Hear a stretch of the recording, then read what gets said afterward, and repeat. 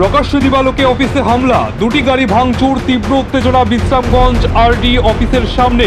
পরিস্থিতি নিয়ন্ত্রণে রাখতে মোতায়েন করা হয়েছে প্রচুর আধা সামরিক বাহিনীর জওয়ান।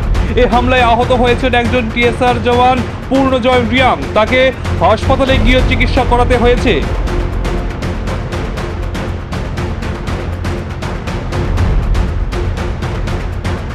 এখন কে এসেছে?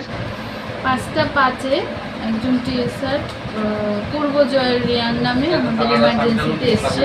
ওনার হাতে, বাম হাতে চোট পেয়েছে, তো ওনাকে ট্রিটমেন্ট করে আমরা ছেড়ে দিয়েছি। উনি এমনিতে এক্সরে অ্যাডভাইস করে ছেড়ে দিয়েছি।